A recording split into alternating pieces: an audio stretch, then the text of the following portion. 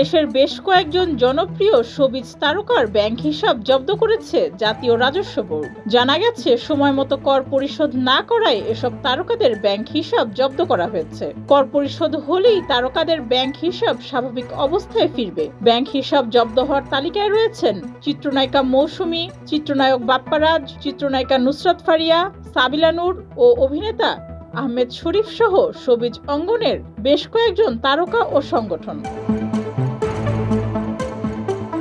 গত 15ই June NBR এই notice পাঠায়। নোটিশে 25 জনের ব্যাংক হিসাব, বকেয়া কর, টিআইএন, পাসপোর্ট নম্বর উল্লেখ করা রয়েছে।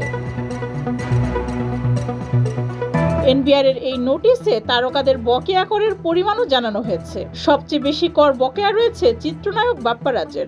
তার বকেয়া করের পরিমাণ 1,87,241 টাকা। নুসরাত ফারিয়ার বকেয়া কর 5,33,000 টাকা এবং সাবিলা নূরের বকেয়া করের পরিমাণ 5,68,142 টাকা।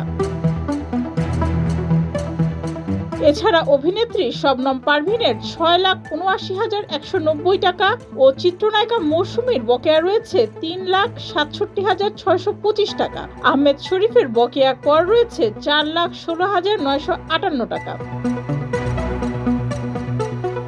বর্তমানে যুক্তরাষ্ট্রে অবস্থান করছেন অভিনেত্রী মৌসুমী ও আহমেদ শরীফ।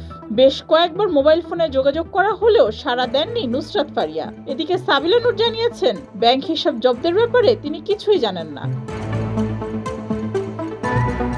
ডেস্ক রিপোর্ট, যুগের চিন্তা।